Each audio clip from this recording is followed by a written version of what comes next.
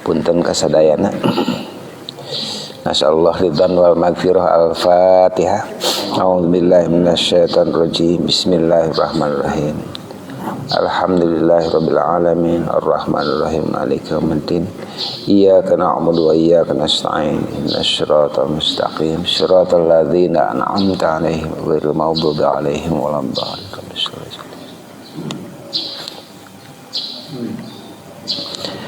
Assalamualaikum warahmatullahi wabarakatuh.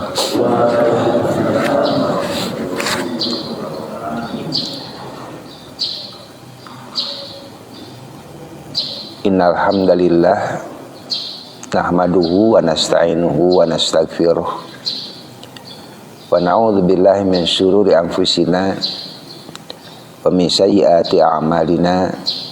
May yahdihillahu fala mudhillalah wa may yudlil fala hadiyalah. Asyhadu an la ilaha illallah wahdahu la syarikalah wa asyhadu anna sayyidana Muhammadan abduhu wa rasuluhu alladzi la nabiyya ba'dah. Ibadallah, usikum wa iyaya bitaqwallah faqad fazal muttaqun. Hadirin jamaah rahimakumullah, para sesepuh, para alim ulama, ustadzah, asatidah yang saya hormati, jamaah sekalian, bapak-bapak serta ibu-ibu yang saya muliakan.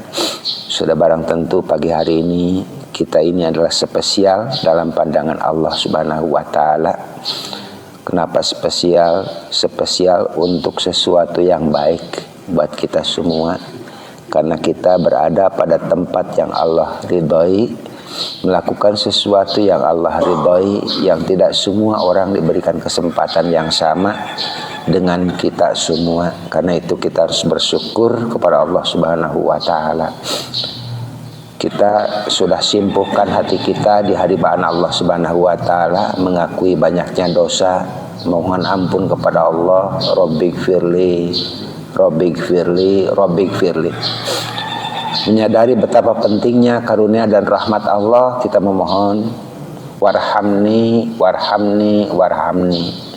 Menyadari bahwa kita ini sangat kecil, sangat hina di hadapan Allah Subhanahu wa taala, maka kita sampaikan warfa'ni, angkatlah diriku, angkatlah derajatku, dan lain sebagainya. Maka siapa yang memuliakan seseorang, pada dasarnya adalah dia memuliakan dirinya sendiri. Mengagungkan seseorang, maka pada dasarnya dia menjadikan dirinya agung. Sebaliknya, saat mana kita menghinakan seseorang, pada dasarnya kita menghinakan diri sendiri. Menganggap rendah seseorang, pada dasarnya kita merendahkan diri sendiri. Dalam sholat itu termaktub pujian-pujian kepada Allah, mengagungkan Allah, meninggikan Allah, memuliakan Allah, memohon ampun kepada Allah. Pada dasarnya adalah Allah melimpahkan kemuliaan kepada kita semua. Allah meninggikan derajat kita semua melalui ibadah sholat yang sudah kita jalankan atau kita dirikan. Bersyukur kita kepada Allah diberikan kesempatan untuk bisa melaksanakan sholat subuh, membuka pagi hari dengan kalimat thayyibah Allahu Akbar, berdiri tegak menghadap kepada Allah, mengucapkan Allahu Akbar. Alhamdulillah kita diberikan kesempatan untuk itu semua. Sholawat dan salam tentunya terlimpah, tercurah kepada junjungan kita Habibana wa Nabiyana wa Sayyidana Rasulullah Muhammad Sallallahu Alaihi Wasallam. Tapi Rasulullah itu tidak pelit. Saat mana Allah mendoakan kepada Rasulullah barokah, keselamatan dan kebaikan, maka Rasulullah menjawab, Assalamu alayna wa ala ibadillahi sholihin. Kesejahteraan untukku juga dilimpahkan kepada hamba-hamba Allah yang beramal soleh. Jadi siapapun yang beramal soleh, insya Allah tercipta rahmat Allah, syafaat dari Rasulullah SAW sampai hari kiamat nanti. Siapapun yang beramal soleh kepada Allah Subhanahu wa Ta'ala, mudah-mudahan kita termasuk di dalamnya. Amin ya Rabbal Alamin. Bapak dan Ibu yang saya hormati, kisah yang ingin saya sampaikan pada kali ini adalah kisah yang berkaitan dengan peristiwa yang menimpa kepada Nabi Musa alaihissalam. Siapakah Nabi Musa? Nabi Musa itu adalah salah seorang yang memperoleh gelar Ulul Azmi. Ulul Azmi diberikan kemuliaan oleh Allah Subhanahu wa taala, kemampuan untuk bersabar. Tingkat kesabaran Nabi Musa itu adalah sampai pada tingkatan yang ketiga, di mana Rasulullah yang pertama, lantas yang kedua Nabiullah Ibrahim alaihissalam, dan yang ketiga adalah Nabi Musa dalam tingkatan Ulul Azmi, begitu kan. Nah, Nabi Musa adalah seorang hamba Allah Subhanahu wa taala yang Allah karuniakan kekuatan, tenaganya sangat kuat sekali. Bayangkan satu kali pukul saja meninggal dunia gitu ya. Siapa yang meninggal dunia adalah kaum Arab asli Mesir, namanya suku Kitbi. Penduduk Mesir asli itu namanya Kitbi. Kalau orang-orang Barat tidak bisa menyebut Kitbi, tapi menyebutnya Egypt gitu kan. Itu adalah dikata Kitbi. Orang Barat nggak bisa menyebut sebutan Kitbi gitu kan. Nah, menyebutnya Egypt gitu kan. Maka Mesir itu disebut juga Egypt menurut versi orang-orang Barat begitu. Satu kali pukul meninggal gitu kan. Nah, itu kekuatan tenaga Nabi Musa alaihissalam, tinggi, besar, gagah, tenaganya sangat kuat. Nah, jadi yang akan saya sampaikan pada penggalan kisah daripada Nabiullah Musa alaihissalam, yaitu perjumpaan Nabiullah Musa alaihissalam dengan seorang hamba Allah yang soleh.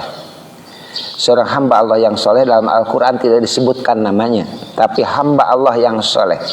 Tapi Rasulullah SAW menyebutkan bahwa nama hamba Allah yang soleh itu adalah Khidir. Sebagai orang menyebut bahwa Khidir itu adalah seorang Nabiullah gitu kan. Nah, perjumpaan Nabi Musa alaihissalam dengan Khidir itu adalah sesuatu yang sangat istimewa. Sesuatu yang sangat istimewa yang termaktub di dalam Al-Quran, dikisahkan dari mulai ayat 60 sampai dengan ayat 82. Bayangkan, 22 ayat membahas tentang kisah perjumpaan Nabi Musa alaihissalam dengan Khidir begitu kan. Nah, kenapa demikian? Perjumpaan Nabi Musa dengan Khidir ini Allah Subhanahu wa taala beritakan kepada Rasulullah SAW melalui wahyunya dalam Al-Quran, surat Al-Kahfi ayat 60 sampai ayat 82. Maka nanti bapak-bapak dan ibu-ibu bisa buka di rumah masing-masing Al-Quran surat Al-Kahfi ayat 60 sampai dengan ayat 82. Itu lengkap sekali membahas perjumpaan Nabi Musa dengan Nabi Khidir begitu kan. Asbabun nuzul daripada ayat ini, para ustadz, para ulama mengatakan gitu kan, bahwa sesungguhnya kaum Yahudi itu yang ada di lingkungan negeri Madinah itu memiliki superioritas yang sangat tinggi sekali, memiliki kedudukan moral yang sangat tinggi sekali.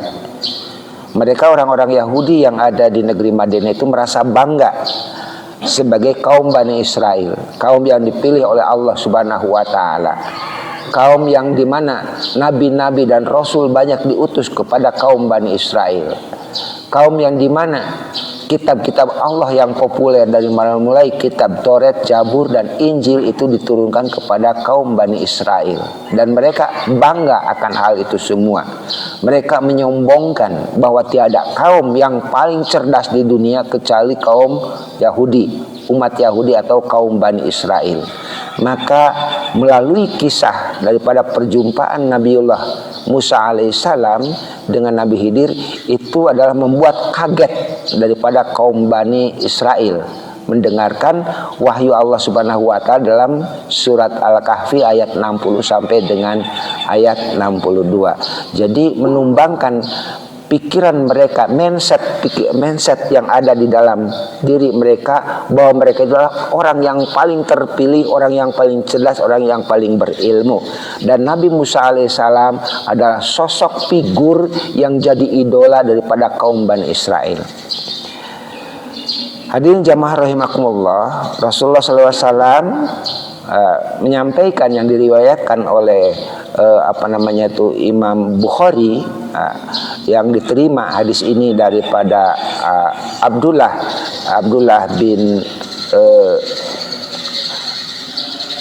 bin Abbas atau Ibnu Abbas. Dikisahkan di dalam hadisnya Rasulullah SAW bersabda, sesungguhnya Musa pernah berdiri memberikan ceramah kepada kaum Bani Israel, ceramah kepada para pembesar kaum Bani Israel. Kita tahu salah satu penggalan ayat yang disampaikan oleh Nabi Musa alaihissalam, yang disampaikan oleh Allah Subhanahu wa taala kepada Rasulullah SAW adalah satu petikan doa yang dipanjatkan oleh Nabi Musa alaihissalam sebelum dia berceramah atau sebelum beliau berpidato. Doanya adalah Rabbishrahli sadri wa yassirli amri walhlul 'uqdatam min lisani yafqahu qawli. Rabbi israhli, Tuhanku israhli. Isra itu artinya lapangkan dadaku. Rabbi israhli. Pasti setiap orang yang mau ceramah, setiap orang yang mau berpidato, acap kali menghadapi sebuah situasi dilema di dalam hati. Pasti itu semua, Pak. Pasti semua seperti itu. Begitupun halnya juga dengan Nabi Musa alaihissalam. Nabi Musa itu memiliki cacat di bibirnya, agak sedikit sedikit sobek di bibirnya, disebabkan musibah karena pada waktu bayi beliau itu mengambil bara api dimasukkan kepada mulutnya. Itu sehingga ucapan-ucapan beliau itu sedikit dalam bahasa Sunda namanya cadel gitu kan. Duka bahasa Indonesia naon cadel kita cadel itu kan. Nah, beliau itu setiap kali mau berpidato, acap kali menyampaikan doa Rabbishrahli sadri wa yassirli amri. Rabbishrahli sadri, ya Allah lapangkanlah dadaku. Wa yassirli amri, dan mudahkanlah urusanku. Rabbishrahli sadri wa yassirli amri wahlul 'uqdatam min lisani, lancarkanlah sesuatu keluh yang ada pada lisanku. Milisan wahlul 'uqdatam min lisani yafqahu qawli, berikanlah kepandaian kepada diriku, kecerdasan kepada diriku. Itu doa yang Nabi Musa alaihissalam senantiasa panjatkan. Nah, suatu kali beliau itu berpidato di hadapan para pembesar Bani Israel, sampai orang-orang pun terhanyut mendengarkan nasihat-nasihat daripada Nabi Musa alaihissalam yang didengar oleh kaum Bani Israel. Nah, setelah beliau selesai memberikan ceramah nasihat kepada para pembesar kaum Bani Israel, Nabi Musa alaihissalam diikuti oleh salah seorang daripada kaum Bani Israel. Ya Nabiullah, ya Rasulullah, gitu ya. Siapakah orang yang paling banyak ilmunya gitu di muka bumi ini pada saat ini? Siapakah orang yang paling banyak ilmunya di muka bumi ini? Kalimat yang lain, menurut versi yang lain, adakah orang yang lebih pintar, lebih berilmu daripadamu? Nah gitu. Pada saat mendapatkan pertanyaan siapakah orang yang paling berilmu di muka bumi ini, maka Nabi Musa alaihissalam menjawab, aku. Gitu. Menjawab aku. Gitu. Dalam versi lain, pertanyaannya itu, adakah orang yang lebih pintar, lebih berilmu daripadamu? Dijawab oleh Nabi Musa, tidak ada, katanya gitu ya. Maka Allah tidak berkenan dengan jawaban Nabi Musa alaihissalam, dengan jawaban bahwa yang paling berilmu di muka bumi itu adalah dirinya, dengan menyebut nama aku. Atau dengan kata lain, pengakuan bahwa tidak ada yang lebih cerdas daripada dirinya, yang paling berilmu daripada dirinya di muka bumi selain daripada Nabi Musa alaihissalam. Maka Allah tidak berkenan dengan jawaban Nabi Musa tersebut. Lantas Allah Subhanahu wa taala menegur kepada Nabi Musa alaihissalam, "Wahai Nabiullah, sesungguhnya ada orang yang lebih berilmu daripadamu, adalah seorang hambaku yang tinggal di tempat pertemuan dua laut." Begitu. Yang tinggal di tempat pertemuan dua laut. Nah, tapi tidak disebutkan namanya. Adapun versi yang lain mengatakan namanya adalah Khidir, yang disampaikan oleh Rasulullah SAW dalam salah satu riwayat. Disebutkan di dalam Al-Quran itu seorang hamba yang berada di tempat pertemuan dua laut. Lantas Nabi Musa alaihissalam merasa berdosa atas apa yang beliau telah lakukan, menganggap bahwa dirinya adalah orang yang paling berilmu. Sementara Allah langsung menegur kepada beliau bahwa tidak ada orang yang bahwa masih ada orang yang lebih pintar darimu, orang yang lebih berilmu daripadamu. Siapakah? Adalah orang yang tinggal di pertemuan dua laut. Maka Nabi Musa alaihissalam memohon kepada Allah Subhanahu wa taala, "Ya Rabbi, andaikan berkenan, aku ingin berjumpa dan berguru kepadanya. Bagaimana caranya aku bisa menemui kepada hamba tersebut?" Maka Nabi Musa alaihissalam, maka Allah Subhanahu wa taala menyampaikan kepada Nabi Musa alaihissalam, "Pergilah kau ke sana. Bawalah bekal. Di antara bekal itu bawalah bekal masakan ikan gitu ya. Masakan ikan yang kau masukkan ke dalam keranjang. Bila mana ikan tersebut sampai kepada suatu tempat dan di tempat itu ikan itu hidup dan lantas dia loncat menghilang daripada cerangkamu, daripada keranjangmu, disitulah tempat di mana engkau akan bertemu dengan hamba tersebut." Hadirin rahimakumullah, itulah awal di mana Nabi Musa alaihissalam berpikir untuk bertemu dengan seorang hamba yang soleh, yang Allah beritakan kepada Nabi Musa bahwa orang tersebut adalah lebih berilmu daripada Nabi Musa alaihissalam. Nah, selanjutnya Musa mengajak seorang pemuda. Pemuda itu yang biasa khidmat kepada beliau.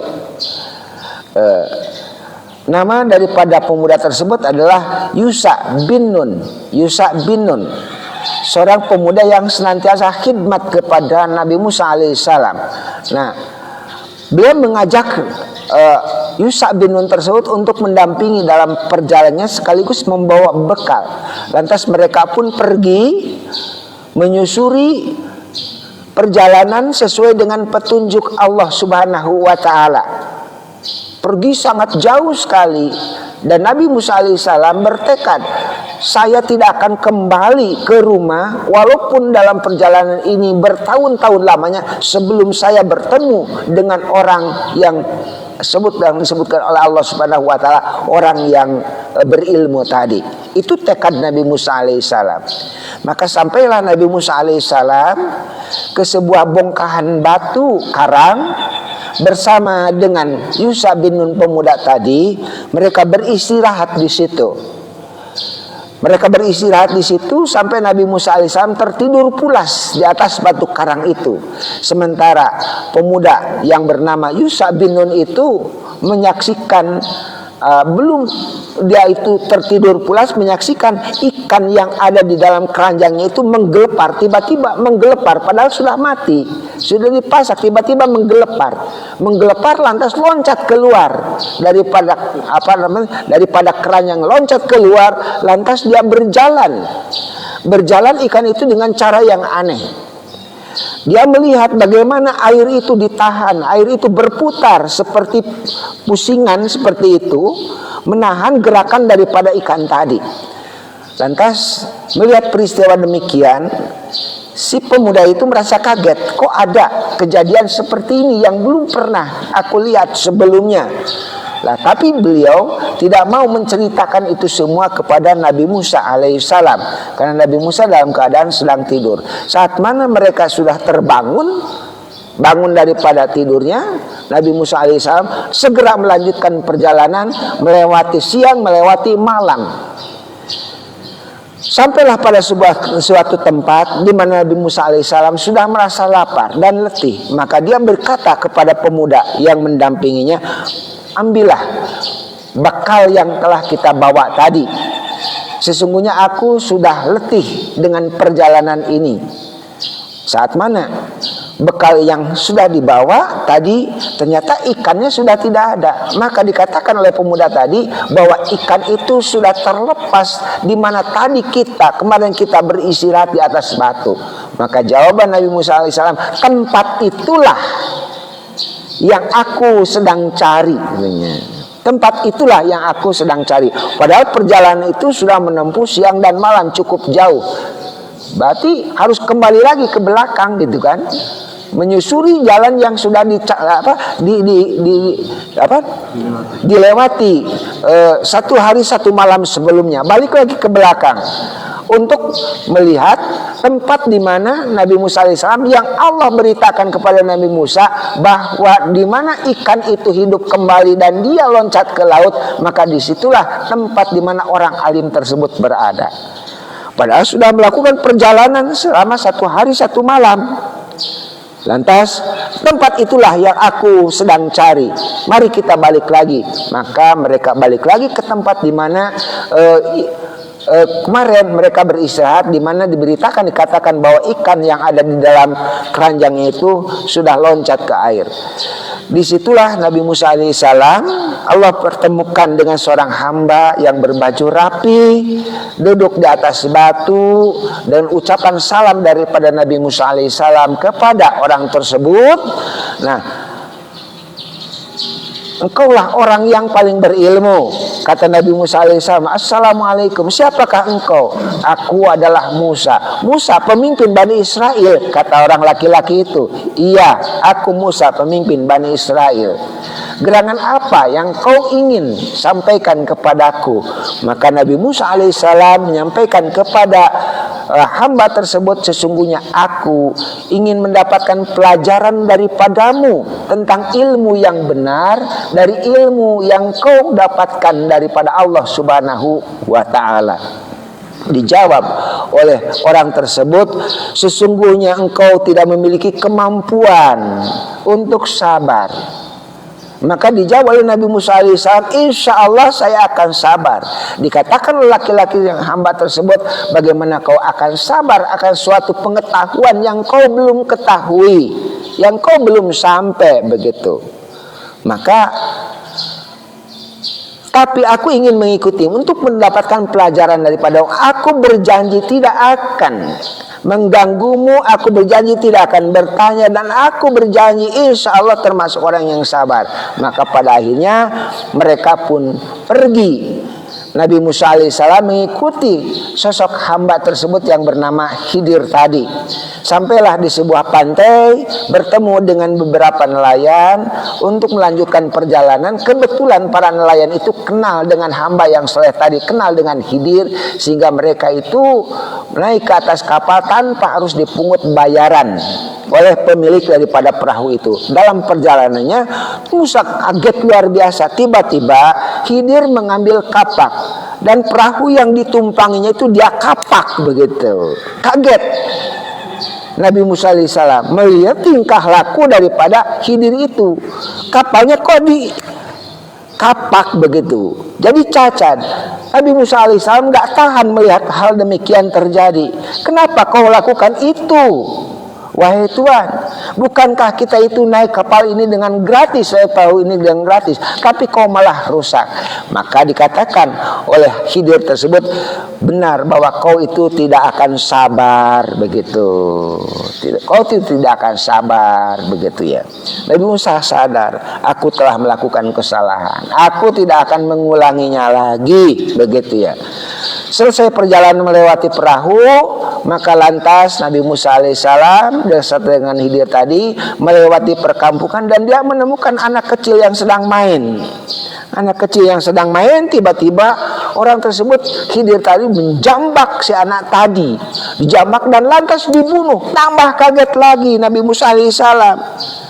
Apa sih kau lakukan seperti itu? Kau bunuh orang yang tak berdosa, kau bunuh orang yang tidak melakukan kesalahan. Sesungguhnya kau tidak akan sabar, kata Nabi Khidir, tidak akan sabar.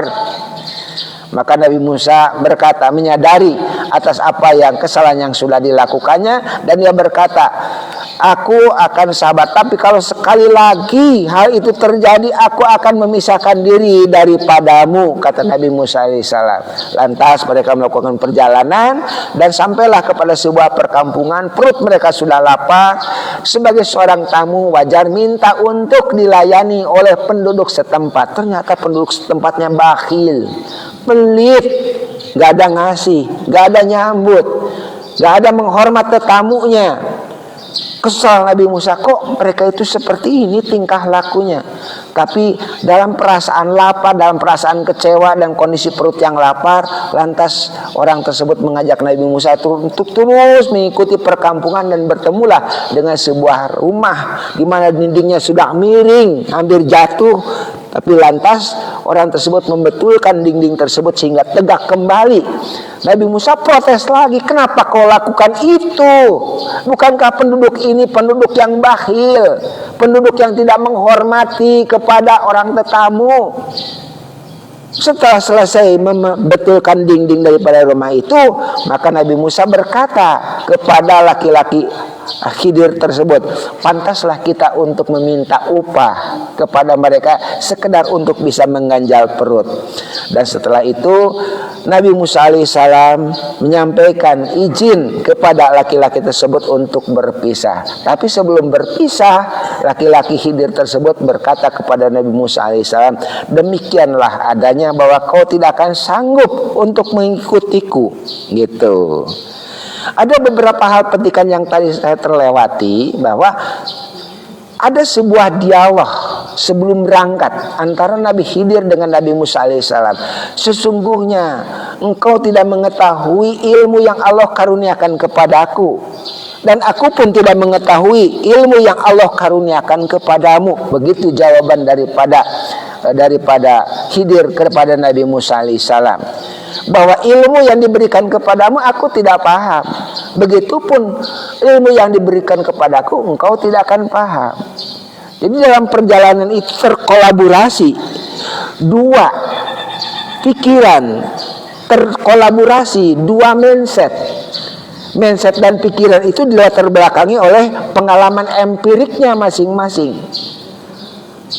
Dalam bahasa sekarang artinya aspek narasinya, aspek narasi, aspek literalnya juga berbeda-beda antara satu dengan yang lain. Maka wajarlah kalau setiap orang itu berbeda pikir, berbeda kepala, berbeda pikiran, karena pengalaman empiriknya satu sama lain berbeda. Untuk memberikan sebuah apresiasi sikap tentang sesuatu. Dalam perjalanan naik perahu juga, Nabi Khidir pernah berceloteh kepada Nabi Musa alaihissalam. Di atas perahu itu tiba-tiba mencolok seekor burung di atas ujung perahu itu, dan burung tadi mematuk air, menghirup air dua patukan, gitu kan. Dan lantas Nabi Khidir berkata kepada Nabi Musa, ilmu kita berdua ini kalau digabungkan, gitu ya, seperti air yang ada di patuk paruh daripada burung tadi dibandingkan dengan air yang ada di lautan. Itulah perbandingan ilmu kita manakala digabungkan, seperti dibandingkan dengan ilmunya Allah, seperti air yang ada di paruh burung itu dibandingkan dengan air yang ada di lautan luas. Ilmu kita itu artinya sangatlah sedikit, sangatlah sedikit. Itu sempat terjadi dialog-dialog seperti itu. Dan lantas sebelum berpisah, Nabi Khidir menceritakan kepada Nabi Musa alaihissalam berkaitan dengan peristiwa, 3 peristiwa yang mengganjal perasaan, sampai Nabi Musa alaihissalam berkata, kau jangan bebani aku dengan pikiran yang demikian berat. Berat pikiran Nabi Musa alaihissalam. melihat peristiwa yang aneh-aneh. Sementara secara syariat kan tidak diperbolehkan membunuh. Secara syariat tidak boleh diperbolehkan untuk berbuat dolim kepada orang. Ini malah mengkapak perahu yang ditumpanginya. Ini malah membunuh seorang anak yang dijumpainya. Ini malah membetulkan rumah yang doyong, rumah yang miring tanpa diketahui dasarnya. Di tengah-tengah masyarakat yang bahil, Nabi Musa itu sangat berat sekali perasaannya. Sesungguhnya aku sudah tidak mampu lagi untuk menghadapi kenyataan seperti ini, begitu. Maka sebelum berpisah, berkatalah Khidir kepada Nabi Musa alaihissalam tentang kejadian yang pertama. Dijelaskan di situ. Bapak bisa lengkapnya nanti secara tekstualnya ada di dalam surat Al-Kahfi ayat 60 sampai dengan 82. Ini yang tadi saya sampaikan, ini bahasa saya sendiri. Bahasa saya sendiri. Jadi sesungguhnya yang pertama, di mana kita naik perahu dan aku mencacadi perahu yang kita tumpang ini. Sesungguhnya di depan itu adalah ada seorang raja. Raja itu manakala melihat perahu-perahu yang mulus, pasti akan dia ambil perahu tersebut tanpa alasan apapun. Tapi dia tidak akan ambil saat mana menemukan perahu yang sudah cacat, begitu. Maka aku cacadi perahu tersebut dan lantas selamat perahu tersebut tidak jadi diambil oleh raja yang dolim yang ada di depan itu. Baru manggut Nabi Musa, mungkin bahasa Sundana, oh gitu, gitu. Nemengar tos atuh, gitu. Nemengar tos. Ya permasalahannya di masalah ilmu itu tadi yang beda, gitu kan?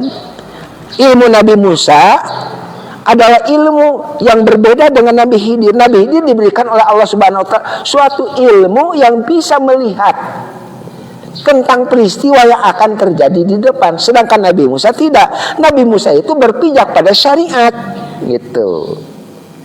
Kan beda. Ilmu bisa menjangkau ke depan dengan syariat. Syariat itu adalah sesuatu hukum yang nampak, sesuatu hukum yang bisa dijadikan dasar pijakan. Itu syariat, beda. Benar salah syariat, gitu. Baik buruk adalah syariat. Hukum wajib dan haram adalah syariat. Tapi ilmu Nabi Khidir itu menjangkau sebuah peristiwa di depan yang tidak diketahui oleh Nabi Musa alaihissalam, walaupun beliau itu sebagai seorang rasul, gitu. Oh begitu ternyata. Lantas mun bahasa Sunda nama ari nu kadua naon. Nah kan gitu pantenginya. Nu kadua naon rahasiana. Yang kedua, adapun yang kedua, sesungguhnya orang tua daripada anak tadi adalah orang yang beriman dan beramal soleh. Aku takut anak itu manakala besar akan memberatkan kepada kedua orang tuanya dan menyebabkan kedua orang tuanya terjerumus pada dosa karena perbuatan anak ini, gitu. Maka aku bunuh dia dan aku berkehendak Allah mengganti anak yang lain yang lebih baik daripada dia. Oh, jadi bisa mengetahui nanti anak itu akan jadi apa, gitu. Takut memberatkan kepada siapa? Kepada kedua orang tuanya. Takut orang tuanya terjerumus kepada hal yang tidak diharapkan. Karena apa? Karena kecintaan yang berlebih-lebihan kepada anak. Buktinya memang demikian, bapak-bapak. Tidak sedikit orang tua itu yang terjebak pada dosa disebabkan karena kecintaan yang berlebih-lebihan kepada anak-anak kita semua. Sementara orang tua itu adalah orang yang soleh. Anak itu potensinya adalah potensi yang buruk yang bisa mencelakakan orang tuanya dan dibunuh. Dan aku melakukan itu semua bukan atas dasar keinginanku, tapi atas dasar petunjuk daripada Allah Subhanahu wa Ta'ala, gitu. Wahyu dari Allah Subhanahu wa Ta'ala. Begitupun halnya dengan aku membetulkan rumah yang miring, maka sesungguhnya di bawah rumah itu adalah ada harta benda yang sangat berharga peninggalan daripada orang tua anak itu Penghuni rumah itu adalah anak yatim, di mana bapak dan ibunya adalah orang yang sangat sayang kepadanya, dan orang tua tersebut telah meninggal dunia dan ingin menjadikan hartanya itu sampai kepada anak, sampai anak itu nanti dewasa. Biarlah Allah yang memberitahukan kepada anak itu. Maka di bawah rumah itu disimpanlah harta yang sangat berharga, dan rumah itu sudah miring. Aku khawatir rumah itu nanti akan rubuh dan harta bendanya ditemukan oleh orang-orang yang jahat, sehingga harta itu tidak sampai kepada anak itu. Oh demikian. Bukanlah semua aku lakukan itu karena nafsuku, karena keinginanku, tapi semua atas dasar petunjuk daripada Allah Subhanahu wa ta'ala. Inilah 3 peristiwa yang dialami oleh Nabi Musa dengan hamba yang soleh. 1, dia mencederai kapal yang sedang ditumpangi. 2, dia membunuh anak yang tidak berdosa. Yang ketiga, dia membetulkan rumah daripada masyarakat kaum yang tengah-tengah kaum yang bakhil kepada mereka. Dan Nabi Musa tidak habis pikir kenapa melakukan itu semua, padahal tidak meminta upah apapun, tapi mereka tetap aja bakhil kepada mereka. Dan Nabi Musa sangat bingung dengan apa yang dilakukan oleh hamba Allah yang bernama Khidir tadi. 3-tiganya sudah dijelaskan. Kalau sudah demikian, jamaah hadirin rahimakumullah, apa yang bisa kita petik pelajaran daripada itu semua? Pelajaran yang bisa kita petik daripada itu semua, setidak-tidaknya hikmah di balik kisah tersebut. 1, tidak boleh mengklaim segala karunia yang ada pada diri kita disandarkan pada kemampuan diri sendiri. Tuh. Tetapi harus disandarkan semua karunia itu kepada Allah. Nabi Musa telah melakukan kesalahan. Pada saat mendapatkan pertanyaan, adakah orang yang lebih berilmu daripadamu? Dijawab oleh Nabi Musa, tidak ada. Atau pertanyaan, adakah orang yang lebih berilmu daripada, siapakah orang yang paling berilmu di muka bumi saat ini? Dijawab oleh Nabi Musa alaihissalam, aku. Seharusnya itu disandarkan semua kepada Allah. Harus dijawab, wallahu a'lamu. Allah lah yang lebih mengetahui akan hal demikian. Ini Nabi Musa melakukan kesalahannya itu tadi. Allahu a'lamu. Harus menjawab Allah lah yang lebih mengetahui. Tidak harus menjawab aku. Atau tidak ada lagi orang yang paling berilmu di muka bumi ini. Ini adalah pembelajaran berharga buat kita semua. Mungkin Allah banyak berikan karunia kepada kita semua. Karunia ilmu mungkin kepada kita. Karunia sehat mungkin kepada kita. Karunia keluarga mungkin kepada kita. Karunia jabatan mungkin kepada kita. Segala macam karunia yang ada pada diri kita harus semua disandarkan bahwa apa-apa yang terjadi kepada kita itu karena karunia daripada Allah. Kalau Allah sudah menjanjikan, sudah menetapkan sebuah karunia sampai kepada kita, tidak akan ada yang sanggup menghalangi karunia itu. Juga saat mana Allah tidak akan memberikan karunia kepada seorang hamba, 1000 orang mengusahakan membantu untuk sampai, tetap tidak akan sampai kepada kita. Itulah seperti di dalam doa, Allahumma la mani'a lima a'taita wa la mu'tiya lima manata. Ya Allah, tidak ada yang bisa menghalangi segala sesuatu yang Kau karuniakan, dan tidak ada yang bisa menggapai sesuatu dengan segala macam usahanya dari sesuatu yang tidak Engkau karuniakan. Jadi apapun yang ada kepada kita, kalau Allah tidak takdirkan, tidak akan sampai kepada kita, walaupun kita berusaha keras. Begitupun saat mana Allah berikan karunia kepada kita, 1000 orang menghalangi untuk tidak sampai, maka tetap aja sampai kalau Allah menghendaki.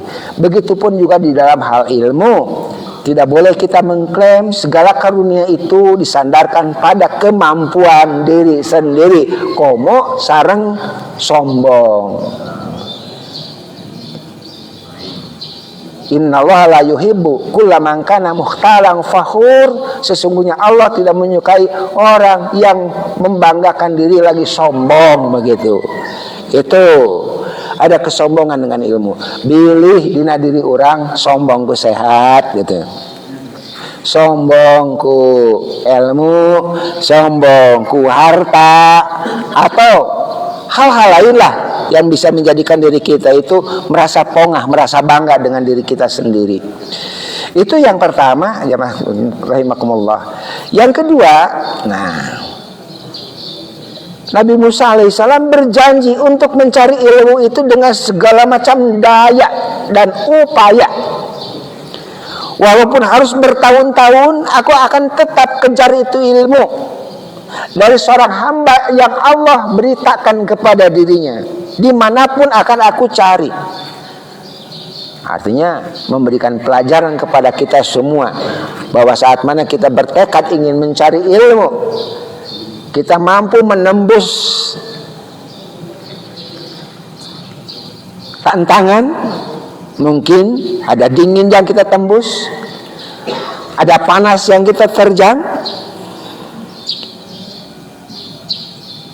ada tanjakan yang kita daki, tanjakan curam yang kita daki, ada turunan curam yang kita turuni, ada tanjakan terjal yang kita tanjati, atau mungkin yang seharusnya ilmu itu ada di dasar lautan, demi ilmu nggak apa-apa gitu. Perjuangan adalah sebuah konsekuensi daripada sebuah ilmu. Ini perlu ditegaskan kepada anak-anak kita semua, kepada anak cucu kita semua. Manakala punya tekad, yuk jalani. Istiqomah, kuat, ulet, tegar, tidak mengeluh. Demikian juga halnya dengan Nabi Musa alaihissalam. Walaupun harus bertahun-tahun, maka aku akan tempuh itu semua. Artinya dalam menuntut ilmu haruslah dilandasi keikhlasan tentunya, Pak. Karena tanpa ikhlas dalam menuntut ilmu, kita pun seperti ini. Kalau tanpa ikhlas tidak akan barokah ilmu yang kita dapat. Ilmu yang akan ikhlas barokah itu manakala ilmu tersebut dilandasi oleh niat yang ikhlas. Yang ikhlas itulah yang siap menerima. Kalbu kita terbuka pintunya, ilmu siap masuk kepada diri kita dan jadi cahaya buat kita semua dengan ilmu tersebut. Lain halnya kalau kita tidak ikhlas, pintu hati kita nutup rapat, digedor-gedor pun ilmu itu sampai kepada dirinya, tetap aja pintu hati itu tertutup rapat begitu. Itu kalau kita tidak ikhlas. Tuh enak ngejeng pada KM lamun teu ngaji teh. Tuh, jadi datang na ngaji teh ku sabab isin kepada KM. Teh itu teh kirang ikhlas untung gitu Kangnya gitu. Tuh enak euy lamun teu ngaji, aduh sin katakan kumaha. Sabar pasti. Bekal dalam perjuangan itu adalah sabar. Tidak ada kemenangan tanpa kesabaran. Sabar yang mana? Sabaro ala taat, sabaro ala maksiat. Sabar dalam ketaatan. Walaupun berat tetap kita lakukan. Tidak ada istilah kata dingin, tidak ada istilah kata panas, tidak ada istilah kata jauh. Karena jauh, dingin dan panas hanya perasaan kita semua, Pak. Terkadang yang jauh terasa dekat, terkadang yang dekat terasa jauh. Kenapa? Karena perasaan. Terkadang yang besar terasa kecil, yang kecil terasa besar. Kenapa? Karena faktor perasaan. Kadang singkat terasa lama, kadang pendek terasa panjang, atau kadang panjang terasa pendek. Itulah perasaan. Jadi begitupun dalam hal mencari ilmu perlu adanya kesabaran. Kesabaran ini adalah modal penting di dalam sikap diri kita dalam menuntut ilmu. Keteguhan, pengorbanan sudah pasti. Keteguhan itu menjadikan diri kita tegar di dalam menghadapi segala macam hal. Pengorbanan pasti, korban harta, korban tenaga, korban waktu, korban pikiran. Demi apa? Demi ilmu. Jadi itu perlu. Siapa orang yang berilmu? Orang yang tahan banting dalam mencari ilmu. Tidak epesan. Bentar-bentar pundung, bentar-bentar pundung. Dicepret saya tiku ustad pundung, dicepret saya tiku guru pundung. Laporan ke polisi. HAM segala macam. Ngeslir zaman ayeuna. Tah ya, sok aya nu kitu. Sok aya nu kitu. Padahal cepretan astor guru itu barokah sebetulnya gitu kayaknya. Hukuman guru itu barokah gitu. Terus yang barokah. Saya kalau tidak dicepret ku ustadah kapungkur mah apa surat-surat kecil teh surat-surat pendek. Cepret deui beureum, cepret deui beureum kunaon eta pik suku. Cepret ku saha? Ku ustad alus. Nah, alus kata bapak begitu. Alus ini. Kunaon pik eta ceuli beureum digawekeun ku saha? Ku guru aljabar di mana? Di SMP saha? Bu Marni, halus gitu. Udah bangor katanya, ceri gitu. Ya dicepret. Tapi di situ ada barokah. Jadi pemicu semangat kepada kita semua karena kita tahu bahwa hukuman guru itu bukan karena benci, tapi karena tanggung jawab kepada anak didiknya. Yang ketiga, segala sesuatu berkait dengan harapan harus dilakukan atas dasar kehendak Allah, insya Allah. Sebagai namanya Nabi Musa alaihissalam, insya Allah aku termasuk orang yang sobar. Insya Allahu sobiron. Wala silaka amron, insya Allah engkau akan dapati aku sebagai orang yang sobar dan aku tidak akan menentangmu dengan suatu urusan apapun. Itu janji. Tapi pada kenyataannya lihat peristiwa budak dibunuh, kaget oge. Lihat peristiwa kapal dicederai, kaget juga gitu. Tetap aja nanya beliau kepada Nabi Khidir, kepada Khidir. Padahal tadinya moal naros, moal nanya. Tapi dah kekeh gitu. Artinya bapak-bapak, segala sesuatu harus dilandasi dengan kehendak Allah, insya Allah. Ari di urama kadang-kadang insya Allah Bandung, insya Allah teh sebuah alasan untuk tidak hadir, sebuah alasan untuk tidak datang, sebuah alasan untuk tidak ngaji. Wah tuh ngawas insya Allah. Jadi insya Allah Bandung mah 99% moal datang gitu. Insya Allah Bandung ta. Saya insya Allah Bandung, tapi insya Allah asli ya mah. Original insya Allah. Apa arti insya Allah itu? Kalau Allah menghendaki. Jadi mana insya Allah itu adalah 100% kurang sedikit gitu. Itu insya Allah itu seperti itu. Yang sedikit itu diserahkan kepada Allah begitu. Jadi walaupun kita punya keyakinan 100%, nggak boleh kita mengklaim bahwa kita pasti gitu. Tapi harus dikata insya Allah gitu, karena Allah yang paling tahu apa yang baik dan buruk buat kita semua begitu. Berikutnya, jika ilmuku dan ilmumu dibandingkan dengan ilmunya Allah, ada pernyataan seperti itu daripada Nabi Khidir kepada Nabi Musa. Jika ilmuku dan ilmumu dibandingkan dengan ilmunya Allah, maka ilmu kita tidak lain hanyalah seperti air yang diambil oleh burung itu dengan paruhnya dari laut.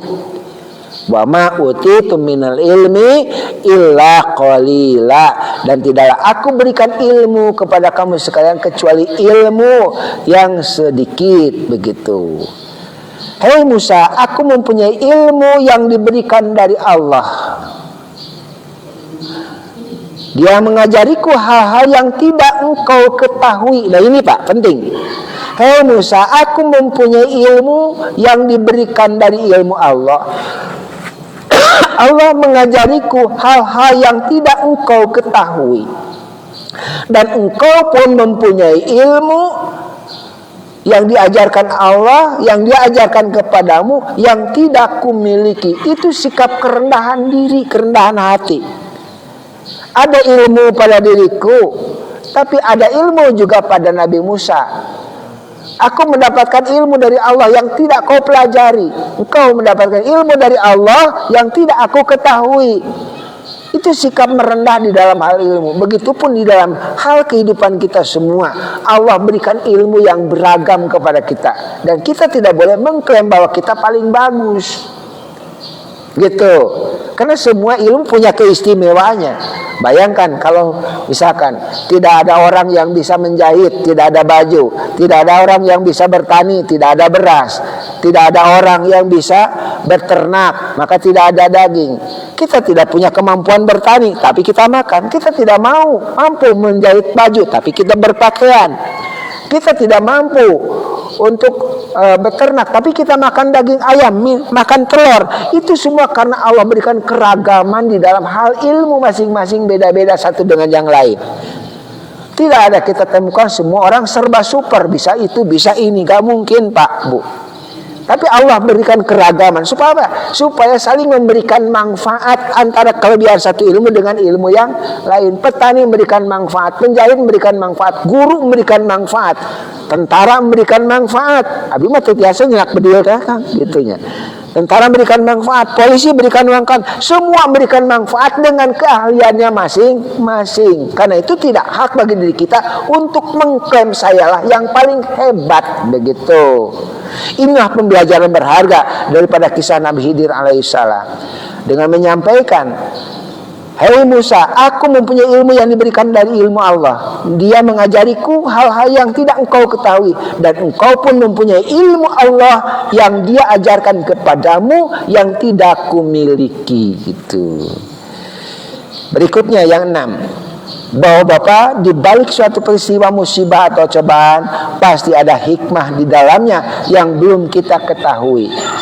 Di balik perahu yang dicederai ada hikmahnya. Di balik anak yang dibunuh ada hikmahnya. Di balik dinding yang roboh dibetulkan ada hikmahnya. Begitupun saat mana sesuatu peristiwa menimpa kepada kita, kita tidak boleh mengklaim bahwa itu adalah azab Allah, tetapi pasti ada hikmah di balik itu semua. Ada hikmah di balik sebuah peristiwa yang menimpa kepada yang kita belum tahu akan hikmah itu, tetapi Allah mengetahui ilmu di depan kita. Ya'lamu ma baina aydihim wa ma khalfahum. Allah mengetahui ilmu yang ada di depan, peristiwa yang ada di depan. Sedangkan kita tidak mengetahui. Wa matadri nafsum madza taksibu goda. Dan sekali-kali kamu tidak mengetahui apa yang akan kamu kerjakan esok hari. Kita tidak mengetahui.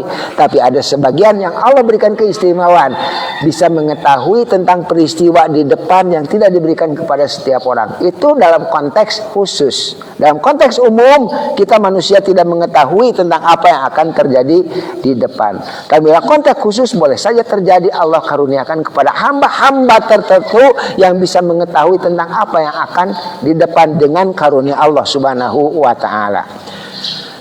Tukang tahu pergi ke pasar pagi hari, dia pikul itu tahunya di atas keranjangnya, melewati pematang sawah, tiba-tiba tergelincir di ujung pematang sawah, terjerembab dia masuk ke sawah, tahu-tahunya semua Pak campur amuradul karena sawah. Atuh bari cerik eta tahu teh dipungutan hiji deui gitu, dasar nasib aing gitu. Jadi jelema leutik teh geuning kieu gitu. Boro-boro untung modal gebeak. Padahal tadi uing teh geus salat subuh, ngadoa Allahumma salimna wal muslimin, tapi buktina aing jatuh, aing gitu. Nasib aing jiga kieu gitu. Boleh jadi mungkin seperti itu, ada keluhan. Dia punguti tahu-tahu tersebut sampai tahu itu habis campur dengan lumpur sawah, dia balik lagi ke rumah. Angkot sudah nunggu di situ, nggak jadi dia pergi ke pasar. Angkot yang biasa sok disewa rombongan teh lah ti lembur kan biasa gitu. Pulang balik lagi ke rumah. Tanya istrinya, nah balik deui, labuh aing. Gitu kan. Nah balik deui bah, labuh aing. Tuh tempok. Nah atuh bet labuh. Teuing. Ngadoa teh dirinya tadi, ngadoa, naon minta selamat, buktina aing ya gitu. Kesal dengan peristiwa apa yang terjadi jam 9. Ada kabar musibah menimpa. Sebuah mobil yang biasa dipakai untuk rombongan yang pergi ke pasar terjerembab masuk jurang, semuanya mati. Kecuali satu yang tidak mati. Saha tukang tahun terjadi naik angkot. Alhamdulillah.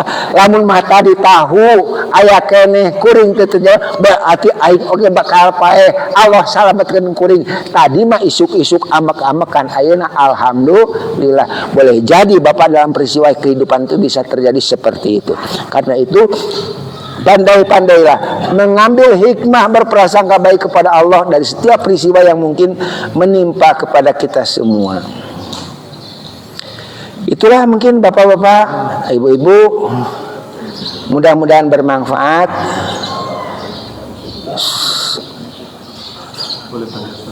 Boleh, tapi tong capek, tong susah-susah. Mangga Ustaz, mangga. Nanya aja tadi pertemuan Nabi Khidir sama Nabi Musa itu sekarang tuh di mana ya? Maksudnya di mana tempatnya? Ada sekarang.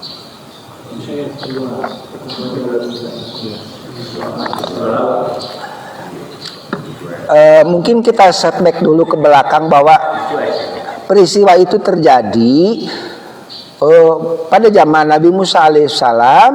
Lantas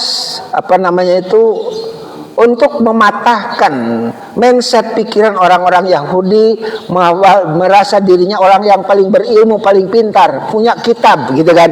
Nah, dipatahkan dengan cerita Nabi Musa alaihissalam, bahwa Nabi Musa mengaku yang dibangga-banggakan oleh kaum Yahudi tersebut ternyata pernah melakukan kesalahan. Ada hamba Allah yang Allah rahasiakan, siapa yang lebih berilmu daripada Nabi Musa, lewat kisah tadi. Tentang peristiwanya, di mana itu tempatnya tidak dijelaskan secara detail. Tapi kalau misalkan melihat kepada apa yang disebut di mana Nabi Musa itu tinggal, Nabi Musa itu tinggalnya itu di daerah sekitaran antara Mesir dengan Palestina sekarang ini. Beliau itu tinggal di daerah sekitaran itu. Beliau juga berdakwah itu daerah sekitaran itu semua. Mungkin tempat itu tidak jauh juga dari sekitaran itu semua. Pertemuan dua laut itu boleh jadi pertemuan dua laut itu apa? Satu sungai, satu laut, gitu kan, bermuara di situ. Muara sungai boleh jadi pertemuan dua laut itu, karena sungai juga dimaknai laut di dalam Al-Qur'an. Atau pertemuan dua laut itu adalah laut Mediterania dengan laut Atlantik, di mana ada sebuah garis yang terpisah yang memisahkan berat jenis air di antara keduanya, sehingga nampak kalau dari atas itu pakai drone itu nampak lurus, Pak. Air itu tidak pernah bercampur. Menariknya, habitat di sini punya kekhasan sendiri, habitat di sini juga punya kekhasan sendiri, kecocokan sendiri. Faunanya juga demikian. Fauna di sini tidak bercampur dengan fauna di sini. Itu adalah pertemuan dua laut, yaitu Selat Gibraltar. Gibraltar itu artinya Jabal Tarik. Jabal Tarik, bahasa versi baratnya namanya Gibraltar gitu. Padahal daripada Jabal Tarik begitu. Jabal Tarik itu pertemuan dua laut juga. Itu laut Mediterania dengan laut Atlantik itu tidak pernah nyatu airnya, habitatnya, fauna juga. Walau alam. Tapi kan itu jauh ya. Jauh dari mana? Dari ujung Palestina gitu sampai sana sangat jauh. Tapi kan beliau Rasul gitu kan. Wallahu alam gitu kan. Sharing saja. Iya. Saya pernah ke Afrika Selatan. Iya. Jadi saya dengar cerita itu, jadi saya teringat. Di sana memang ada, kita lihat jelas Ustaz, di karang itu, batu karang itu memang dua laut berpisah itu memang. Kita dikasih tahu guide di sana, memang ikan di sini sama ikan sini tidak bersatu gitu. Iya. Memang di batu karang, jadi saya teringat itu, Ustaz cerita tentang batu karang segala macam. Memang di sana saya lihat di Afrika Selatan, Ustaz, yang paling selatan, Captain ya. Itu memang jelas sekali kita lihat itu berpisah, itu seperti garis lurus ya dari karang itu batu. Iya. Terus kita pakai ini lagi, pakai teropong lagi. Iya.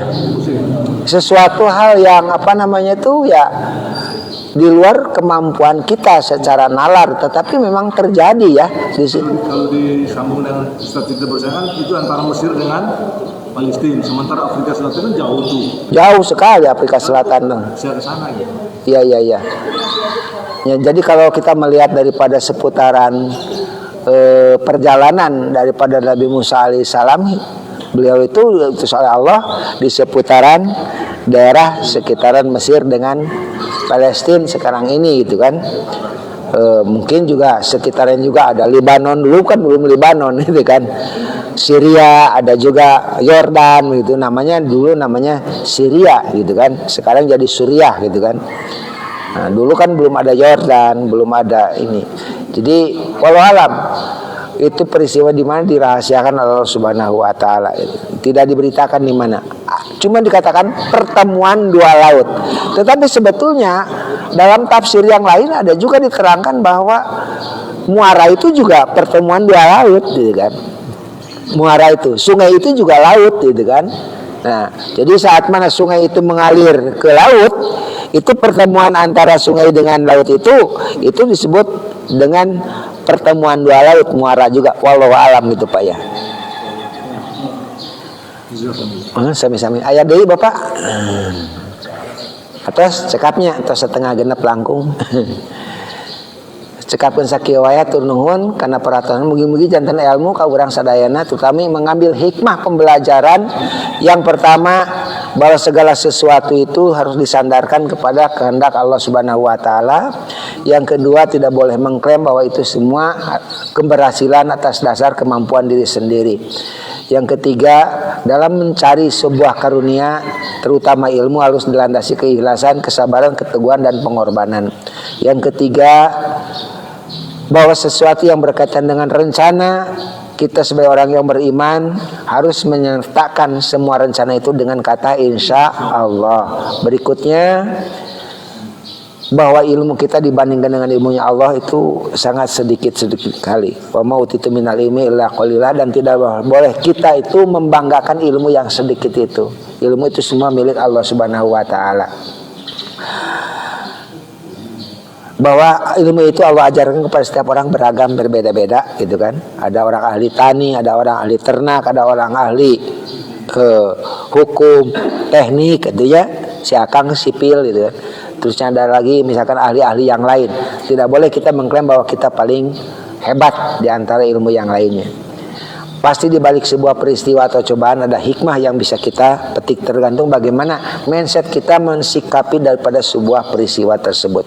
Mudah-mudahan demikian Bapak sekalian, Bu yang saya hormati, Allah berkenan melimpahkan hidayah karunia kepada kita semua. Billahi taufiq wal hidayah. Wassalamualaikum warahmatullahi wabarakatuh.